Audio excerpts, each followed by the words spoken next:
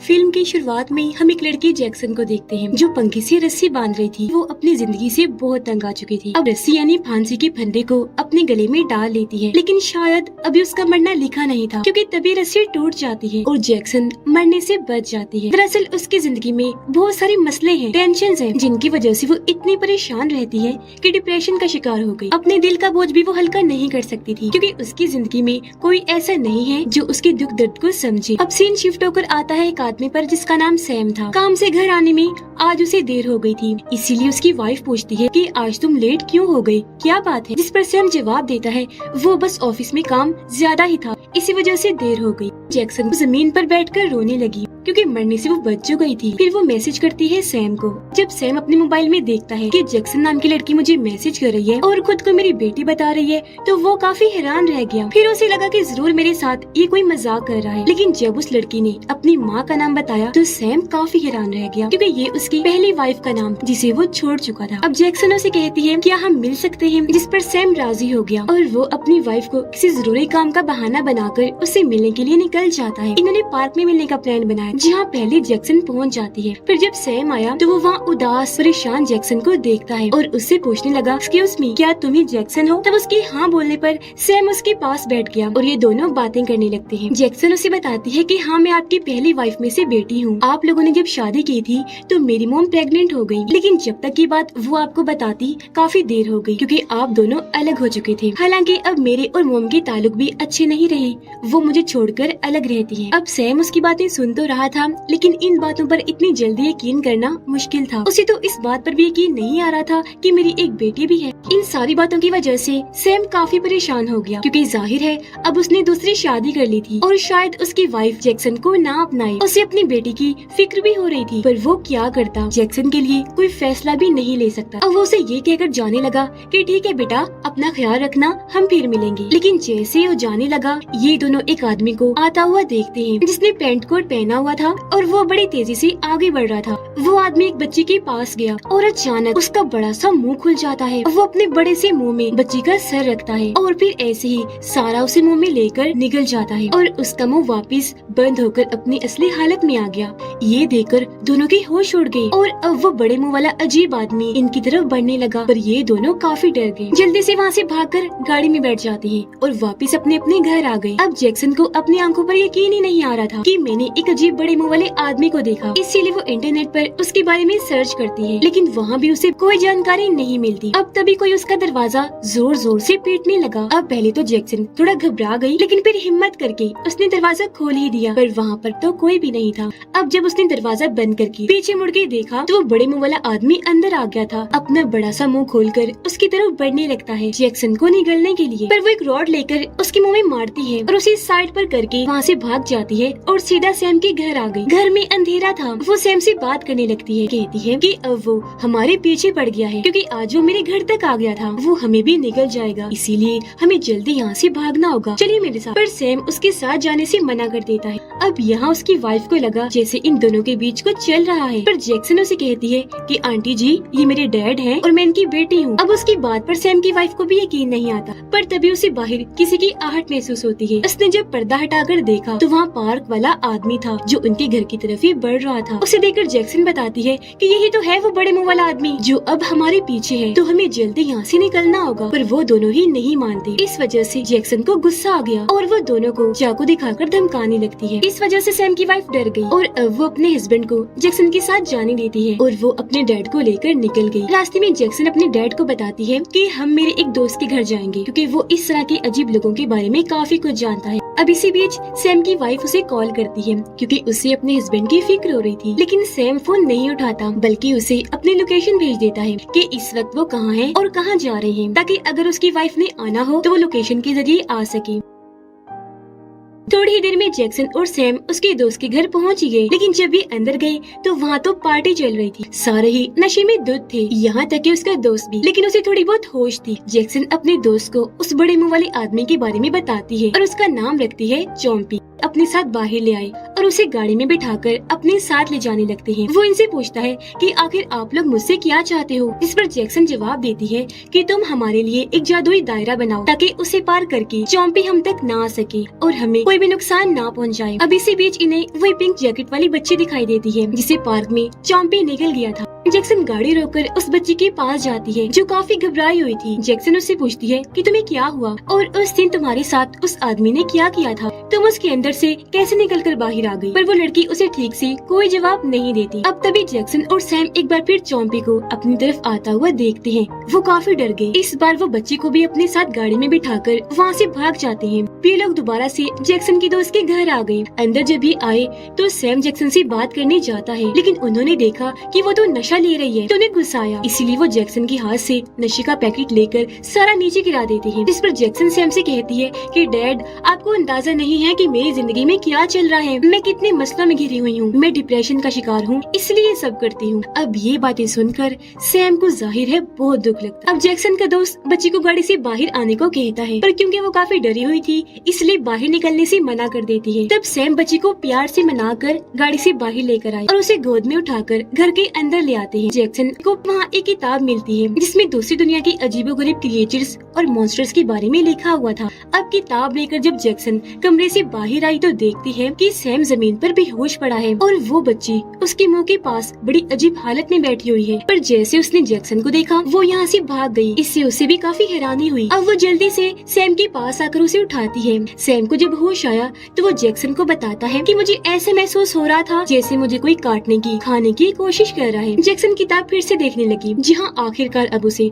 उस मॉन्स्टर के बारे में पता चल गया था जो लोगों को खा जाता है। अब तब ये नोटिस करते हैं कि सैम का एक पाँव किसी छोटी बच्ची जैसा बन गया है, जो देखकर वो हैरान और परेशान रह गया। उसकी टेंशन बढ़ गई। अब अपने डैड का ध्यान पाँव पर से हटाने के लिए जैक्सन उनसे इधर उधर की बातें करने लगी। तब सैम बताते हैं कि मैंने अपनी वाइफ को कॉल करके यहाँ बुला लिया है। ये सुनकर जैक्सन को बहुत बुरा लगा और वो अपने डैड से नाराज होकर यहाँ से जाने लगी। पर तभी इन्हें बाहर किसी की आवाज सुनाई दी तो वहाँ और कोई नहीं बल्कि चॉम्पी था जो अब इनकी तरफ ही बढ़ रहा था। लेकिन इस बार वो डरती नहीं बल्कि हिम्मत करके उससे बात करने की कोशिश करती है। सैम उससे पूछता है कि तुम्हारे साथ मसला क्या है और उस छोटी बच्ची ने मुझे काटने की कोशिश क्यों की और मेरे पैर को ऐसा क्यों बना दिया आखिर। जैक्सन भी उससे पूछती है क्यों हमारे पीछे पड़े हुए हो, चाहते क्या हो हमसे। तब चॉम्पी नीचे बैठकर फिर से अपना बड़ा सा मुंह खोलता है और इशारे से उनसे कहता है कि मेरे मुंह के अंदर आ जाओ, तुम्हें तुम्हारे सवालों के जवाब मिल जाएंगे। अब यहाँ डरते हुए जैक्सन चॉम्पी के मुंह में अपना सर डालती है और फिर सारी अंदर घुसकर उसके पेट में चली गई। वो फिर सैम को भी अपने अंदर आने का कहता है तो वो भी डरते डरते उसके बड़े से मुंह से पेट में चला जाता है। अंदर जाकर ये देखते हैं कि मुंह के साथ साथ उसका तो पेट भी बहुत बड़ा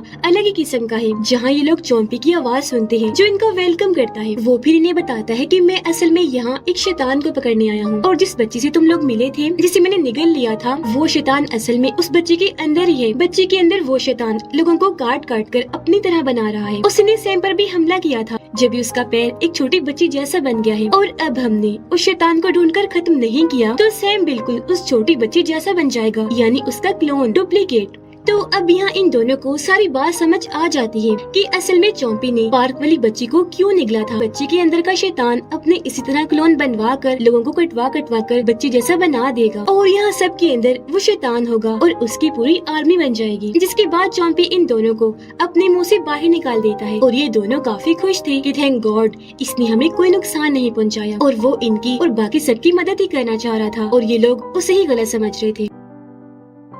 चॉम्पी यहाँ से जाने लगा लेकिन तभी गाड़ी लेकर सैम की वाइफ आ जाती है और वो गाड़ी चॉम्पी के ऊपर चढ़ा देती है। वो बुरी तरह कुचला गया और ऐसी मुंह खुली हालत में उसकी मौत हो जाती है। अब ये देखकर जैक्सन काफी दुखी हो गई। वो उसकी लाश के पास आकर बैठ गई और उदास होते हुए कहती है कि चॉम्पी तो हमारी मदद करना चाहता था लेकिन ये तो मर गया, अब हम क्या करेंगे। तब सैम की वाइफ कहती है कि पुलिस को बुला लेते हैं, पर जैक्सन और सैम इस बात से इनकार कर देते हैं क्योंकि वो कोई नया खतरा मोल नहीं लेना चाहते थे। जिसके बाद वो चॉम्पी की लाश को सैम के दोस्त की गाड़ी की डिग्गी में रखते हैं। होटल आकर जैक्सन सैम को कहती है कि डैड आप अपनी वाइफ से कितना डरते हैं, क्या आप इनके गुलाम हैं? अब ये बात सुनकर सैम को बहुत बुरा लगता है। वो जैक्सन को कहते हैं कि फिलहाल ये बात करने का वक्त नहीं है, हमें उस बच्ची को ढूंढकर प्यार से उससे बात करनी चाहिए, उसे समझाना चाहिए कि वो कितना गलत कर रही है ऐसे लोगों को काट काट कर और अपने क्लोन्स बनाकर। ये आइडिया जैक्सन को पसंद नहीं आता। कहती है डैड आपको क्या लगता है वो प्यार से हमारी बात मानेगी? उसका जो हल है हमें वो ही करना है, बच्ची को मारना है ताकि वो शैतान भी खत्म हो जाए। अब वो बच्ची एक लड़की के पास गई और उससे बहाने से मदद मांगती है ताकि उसे भी काट कर अपने जैसा बना ले। और अब ये तीनों गाड़ी में बैठकर निकल गए बच्ची से बात करने के लिए।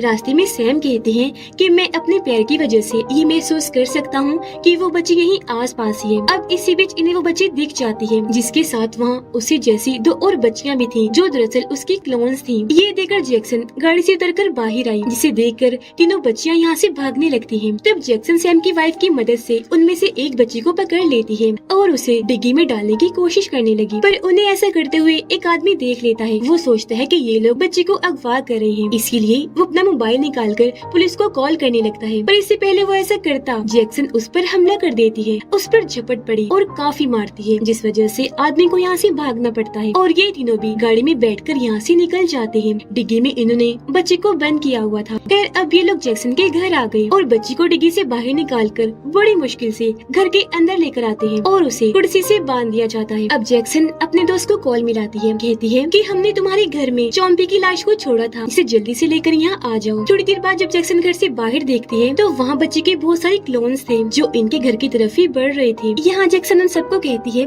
कि हमें इस बच्ची को टॉर्चर करना चाहिए, क्योंकि हो सकता है जब इसे टॉर्चर किया जाए तो बाकी क्लोन्स भी तकलीफ महसूस करें और यहाँ से चले जाएं। पर सैम इसके लिए मना कर देता है। बाहर वो सारे क्लोन्स घर के पास आ गए थे। वो अंदर आने वाली हर खिड़की दरवाजों को खोलकर अंदर घुस जाते हैं। तभी बाहर जैक्सन का दोस्त भी आ गया था, लेकिन वो गाड़ी से बाहर नहीं आ सकता था क्योंकि उसके चारों तरफ भी बच्ची की क्लोन्स थे। अब जैक्सन अपने दोस्त को कॉल करती है। वो पूछता है कि अब मुझे क्या करना होगा। वो जवाब देती है कि तुम हमारे लिए जादुई दायरा बनाओ ताकि ये क्लोन्स हमें नुकसान न पहुंचा सके। उसका दोस्त कहता है कि मुझे कोई जादुई दायरा बनाने नहीं आता, मैं कोई जादूगर थोड़ी ना हूँ। अंदर सैम देखता है कि कुछ क्लोन्स ने उसकी वाइफ पर हमला करके उसे पकड़ा हुआ है और लिटाकर वो उसके ऊपर बैठी है। सैम भी उन क्लोन से लड़ने लगा, उन्हें मारकर वहाँ से भगाता है और अपनी वाइफ को बचा लेता है।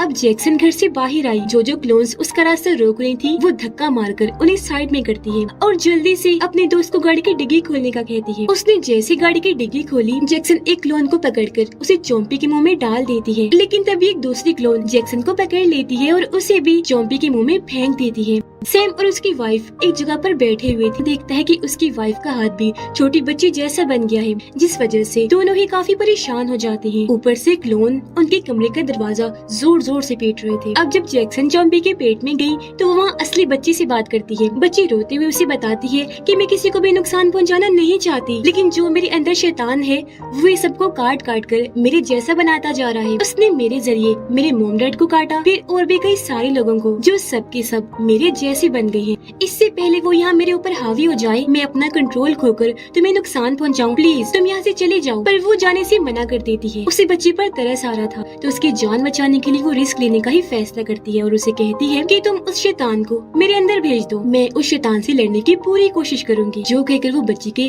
गले से लग जाती है और उसके अंदर का शैतान निकलकर अब जैक्सन के अंदर चला जाता है। ऐसा होते ही वो सारे क्लोन्स जो बच्चे जैसे दिख रहे थे अब वो जैक्सन जैसे दिखने लगते हैं। जैक्सन अपने होश में थी, वो शैतान से लड़ती है और उन सभी क्लोन्स को चॉम्पी के पेट में आने पर मजबूर करती है। और अब जैसे जैसे वो सारे क्लोन्स चॉम्पी के मुंह में घुसकर उसके पेट में आते हैं, वो सारे अपने अपने असली रूप में वापिस आ जाते हैं। साथ ही अंदर ही जैक्सन शैतान से भी लड़ रही थी। अब सैम भी उसके पेट में आ गया और अपनी बेटी जैक्सन की मदद करता है उस शैतान से लड़ने के लिए। वो दोनों अब मिलकर उस शैतान को बड़ी ताकत लगाकर जैक्सन के अंदर से बाहर निकाल देते हैं और अब वो यहाँ से इस दुनिया को ही छोड़कर निकल जाता है। पर जाते जाते उसने बाहर जाने का रास्ता बंद कर दिया था, इसीलिए अब ये दोनों बाप बेटी यहाँ से बाहर नहीं निकल सकते थे। पर तभी बाहर से सैम की वाइफ और जैक्सन का दोस्त एक रस्सी की मदद से रास्ता बनाते हैं और इन दोनों को सही सलामत बाहर निकाल लेते हैं। एक दूसरे से मिलकर ये सारे लोग बहुत खुश हो गए थे और वो बच्ची जिसके अंदर से अब शैतान हमेशा के लिए निकल चुका था